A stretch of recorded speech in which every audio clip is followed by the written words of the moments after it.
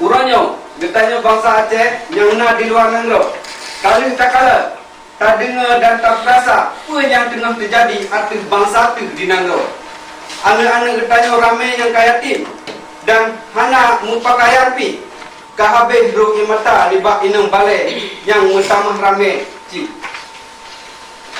Geliung palit dan gema doa bak pada Allah dan gelake benantu libak getanya. Dalam muafakatnya, drone yang bako-bako, yang nak ilmu dan pendidikan yang lambung, kemah nepupui dan purun penderitaan yang tak gerasa. Nyoknya berleh tak berselesau dan tak mencikut dalam muafakatnya. Assalamualaikum. Waalaikumsalam warahmatullahi.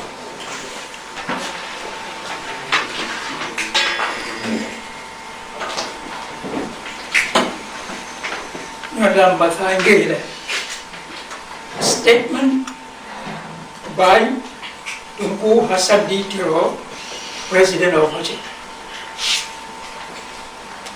Abang pernyataan ni Pak Tunku Hassadi Tiro, Presiden ni Pak Negara Aceh.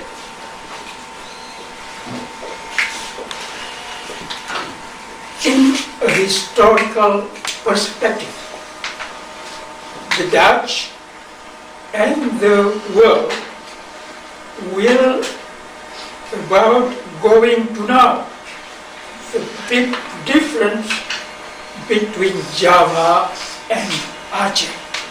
Dalam pandangan sejarah, Belanda dan dunia akan ditepu fitnah bida antara Jawa dan Aceh. In the debates on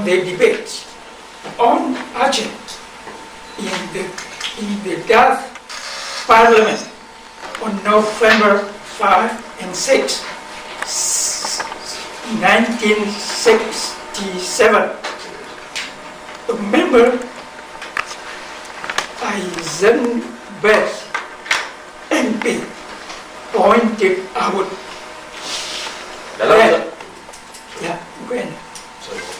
dalam debat perkara Aceh di Parlimen Belanda pada urang 5-6 November 1907, sidro anggota parlimennya Eisenman kagu pega lagi nyo. Aceh could not be compared with Java. Aceh hanya tak banding dengan Jawa. In Java and in any other island, if you had killed the Sultan or the king, then everyone would surrender and the war would be over. Di Jawa dan di pulau-pulau lain, beliau bertanya kalau tapoh sultan atau raja di bagian pulaunya, maka Pandu mula akan menyerah dan perangnya akan tamat. But it was not so in Aceh. Tapi hanya kehendakingan di Aceh. Because the Acehnese had got a history and tradition as an independent nation. Karena bangsa Aceh na sabuh sejarah dan tradisi sebagai sabuh bangsa yang merdeka. Even if the Sultan or the king of the day of was killed, the Acehnese state could still survive.